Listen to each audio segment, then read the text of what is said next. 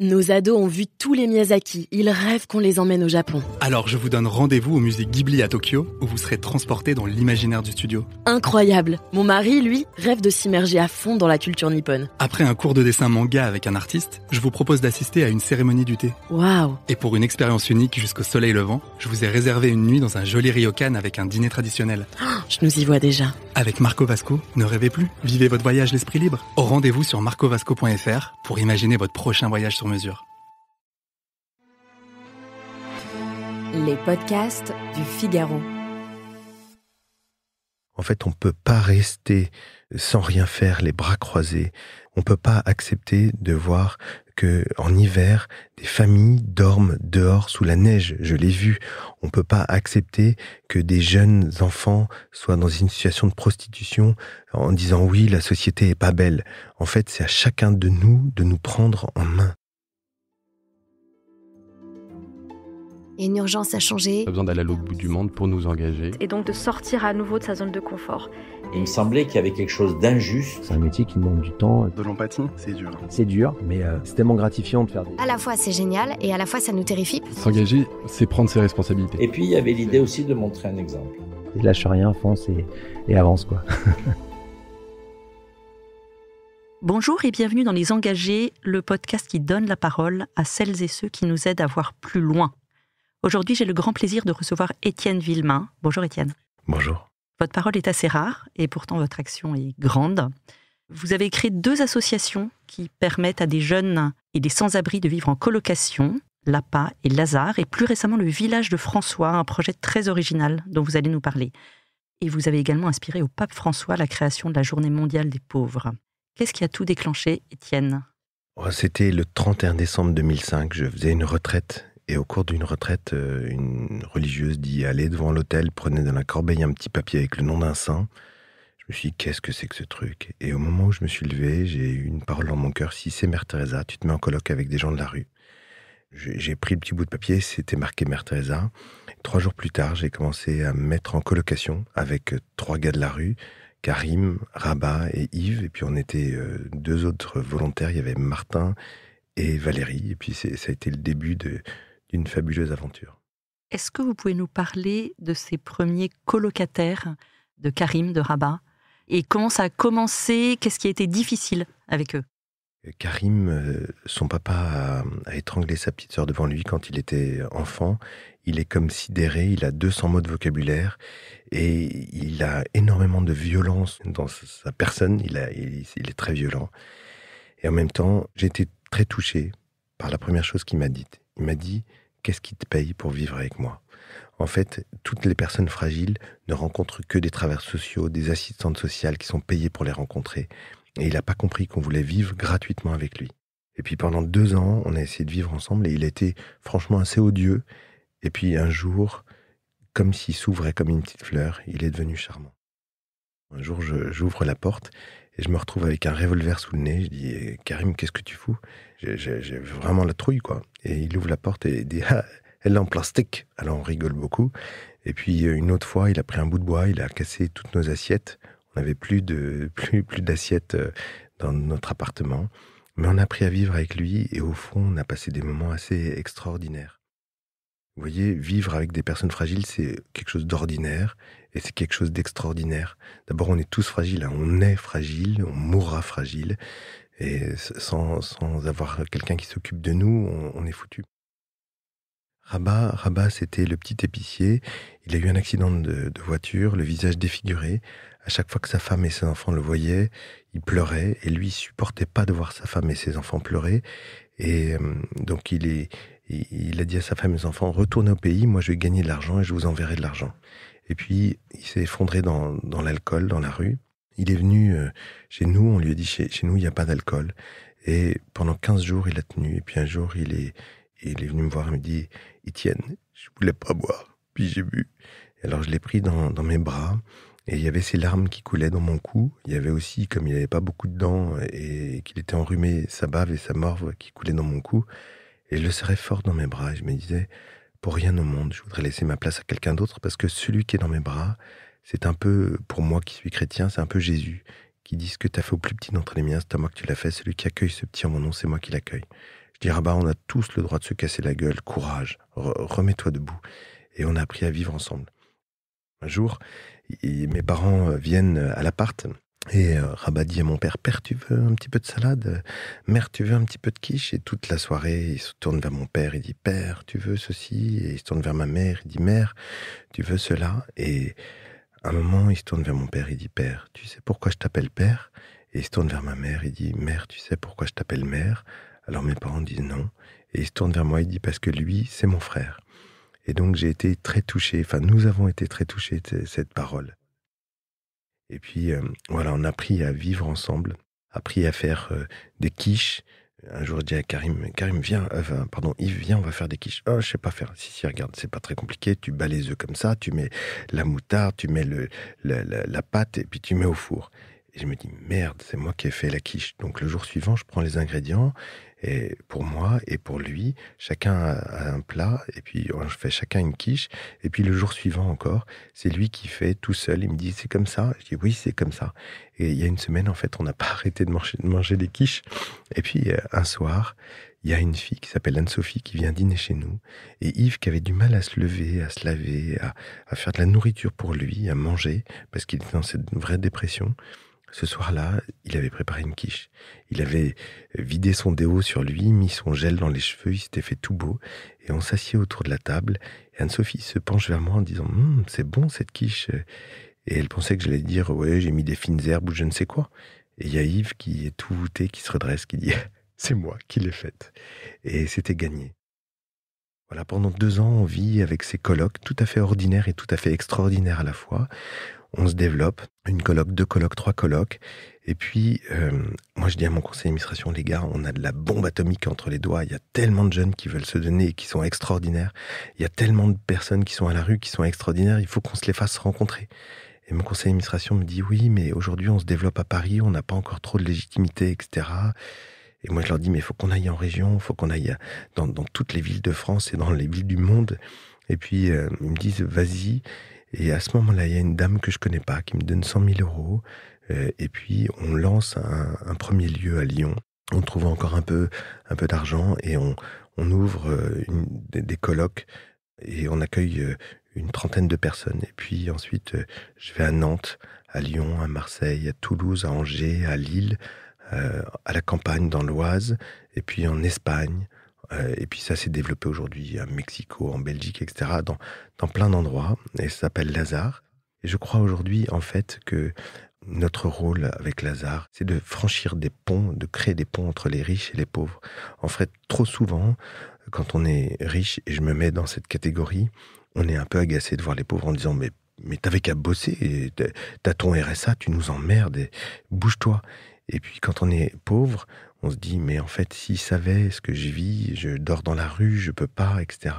Et en fait, c'est 2 mondes qui s'affrontent et qui sont un peu dans un affrontement, alors qu'il faut les réconcilier pour qu'ils marchent ensemble et qu'ils s'aident mutuellement. On a tellement à apprendre des personnes fragiles et pauvres. Aujourd'hui, il faut mettre au cœur de notre société les plus fragiles et les plus pauvres. Quand on met les plus fragiles et les plus pauvres au centre, alors notre société devient plus humaine. Et il faut arrêter de mettre les pauvres et les fragiles en périphérie.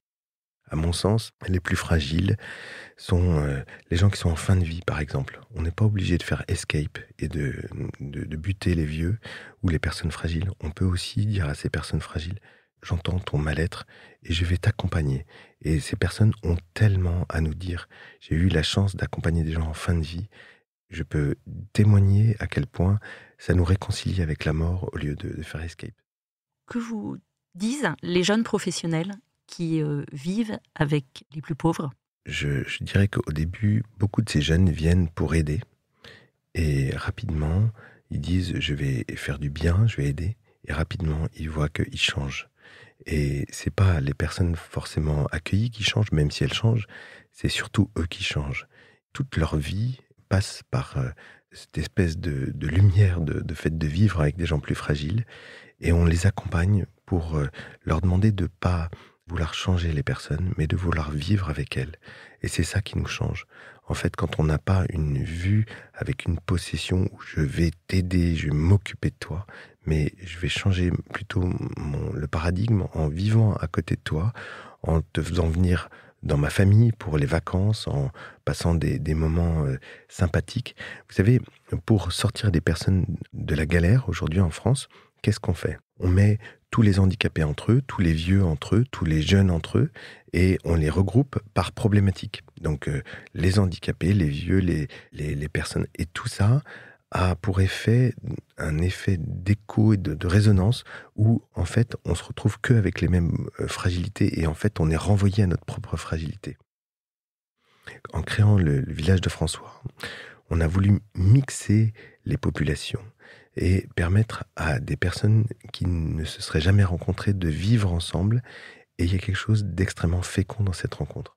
Pour nos auditeurs, peut-être vous pouvez nous expliquer ce que sont les villages de François et quand vous les avez créés et comment. Il y a 5 ans, j'ai quitté Lazare et avec une équipe, on a réfléchi comment on peut faire la marche d'après. Et on s'est dit, c'est ce que je vous disais aujourd'hui, trop de fragilités sont pris en silo. Les handicapés, les vieux, les jeunes, etc. Comment est-ce qu'on fait vivre ensemble ces gens?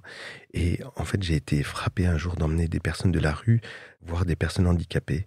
Et il y avait quelque chose d'extrêmement génial qui se produisait, quelque chose d'extrêmement fécond entre la rencontre d'un handicapé et d'une personne de la rue. Et je me suis dit, comment on peut mixer tous ces publics et sortir des silos, et sortir des normes, et comment est-ce qu'on peut aider des gens à être normaux? Pour que ces gens soient normaux, il faut les mettre dans des conditions normales. Leur mettre des vrais appartements, leur proposer du vrai travail, les mettre en relation avec d'autres personnes normales. Et donc, on a développé ça. Le village de François, c'est 3 choses. C'est faire vivre ensemble des personnes fragiles. Donc, on accueille des personnes de la rue, des personnes handicapées, des anciennes prostituées, des jeunes en difficulté, etc. Ensuite, la deuxième chose, c'est on développe de l'activité économique pour que ces gens travaillent. Par exemple, en 2 ans, on a créé 35 emplois autour du jardin maraîcher, hôtellerie, miellerie, recyclerie de jeux, atelier de poules pondeuses. On a des projets pour créer une menuiserie, une savonnerie, etc. Et puis le 3e point, c'est l'écologie, mais une écologie intégrale qui n'est pas que sur le carbone, même si on fait très attention à nos émissions de carbone, même si on travaille sur l'isolation de nos bâtiments, même si on travaille sur l'agriculture autour. Par exemple, on a acquis un premier site à Toulouse où on a une abbaye. On a 180 hectares de terre autour et on fait un partenariat avec les agriculteurs pour petit à petit passer tout en bio pour éviter d'avoir trop de pesticides, etc. On développe une écologie aussi dans les relations. Comment est-ce qu'on va travailler pour que la gouvernance, pour que chacun puisse se sentir écouté? Comment est-ce qu'on va contrôler le fait qu'il n'y ait pas d'abus sexuels, d'abus de pouvoir ou d'abus d'argent avec des commissions extérieures qui vont venir écouter régulièrement, sonder, vérifier que chacun peut s'exprimer? Comment est-ce qu'on va travailler avec des professionnels sans être un centre médico-social? C'est-à-dire que les gens vont vivre entre eux et ils vont aller vers l'extérieur, voir la dictologue, voir le travailleur social, l'assistante sociale, mais ils vont pas être dans un établissement social, ils vont être dans un lieu comme dans une famille où il y a un appartement, une colocation, etc. Est-ce que vous pouvez nous parler des dernières personnes qui sont arrivées au village de François, qui sont des histoires de vie que vous accueillez?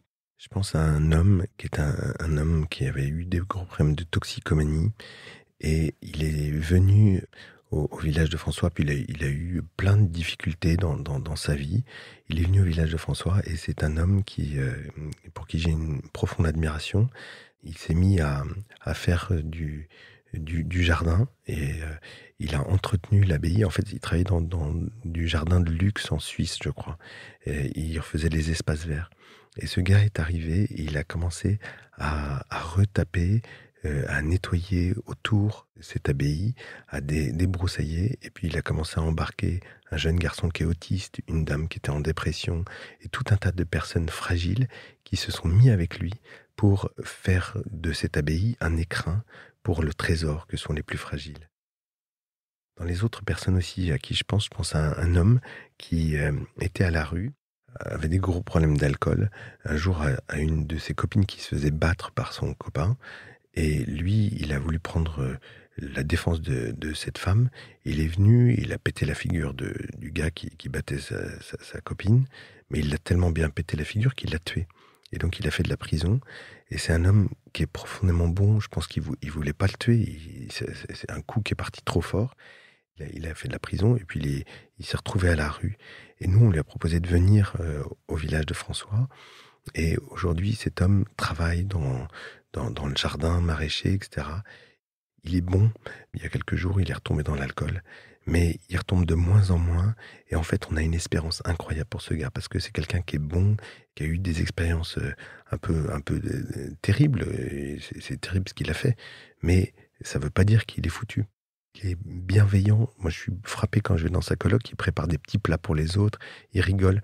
Quand je le vois, il me dit « Maintenant, ici, le directeur, c'est moi. » Et j'ai dit « Bien, monsieur le directeur. » Vous accueillez aussi des anciennes prostituées qui parfois sortent de l'ASE. On est en train de développer un projet qui s'appelle Bosco pour accueillir des jeunes. Aujourd'hui, il y a un drame. Il y a entre 15 et 20 000 mineurs qui sont en situation de prostitution en France. C'est un drame absolu. C'est des gens qui sont bousillés, vraiment, etc.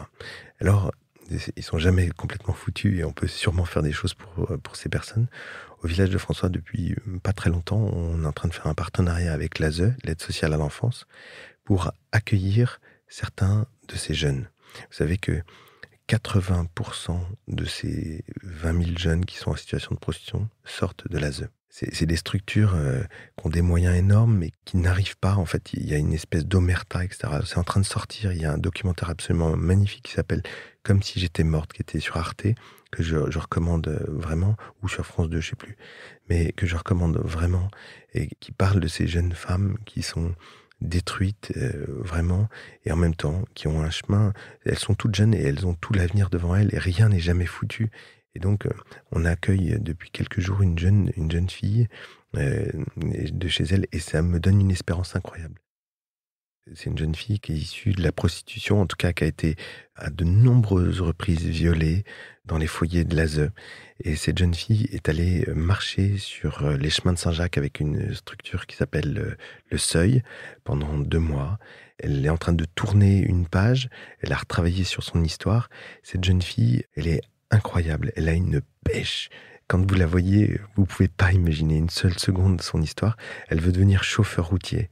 Elle n'est pas encore majeure, mais dans quelques semaines, elle sera majeure.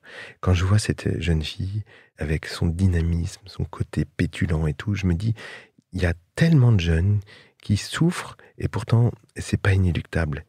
Il n'est pas trop tard, il n'est jamais trop tard. Et en fait, on peut faire quelque chose avec ces jeunes. Vraiment, quand je la vois et quand on parle avec elle, je me dis, mais c'est une chance. En fait, cette jeune fille est une chance. Elle a souffert, c'est absolument affreux ce qu'elle a souffert, mais c'est pas ce qui la résume. Ce qui la résume, c'est son avenir. Je l'imagine très bien demain chauffeur routier, et je pense qu'elle sera beaucoup mieux que beaucoup de chauffeurs routiers parce qu'elle fera attention aux petites gens sur la route. Et aujourd'hui, voilà, avec le village de François, dans le cadre de cette association qui s'appelle Bosco, on veut accueillir ces jeunes filles. En fait, on ne peut pas rester sans rien faire, les bras croisés. On ne peut pas accepter de voir qu'en hiver, des familles dorment dehors sous la neige. Je l'ai vu. On ne peut pas accepter que des jeunes enfants soient dans une situation de prostitution en disant « oui, la société n'est pas belle ». En fait, c'est à chacun de nous prendre en main.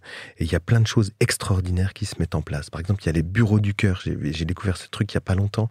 C'est des chefs d'entreprise qui prêtent leur bureau le soir et le week-end. Il faut que ceux qui nous écoutent, qui sont chefs d'entreprise, se disent ce soir, je regarde sur Internet et je regarde comment je peux aider quelqu'un à s'en sortir. En fait, les plus fragiles, c'est l'affaire de tous. C'est pas que de la politique sociale, etc. Si on s'occupe des plus fragiles, notre vie va changer. En fait, aujourd'hui, on repousse la fragilité parce qu'on a peur. On a presque peur qu'elle soit contagieuse pour nous.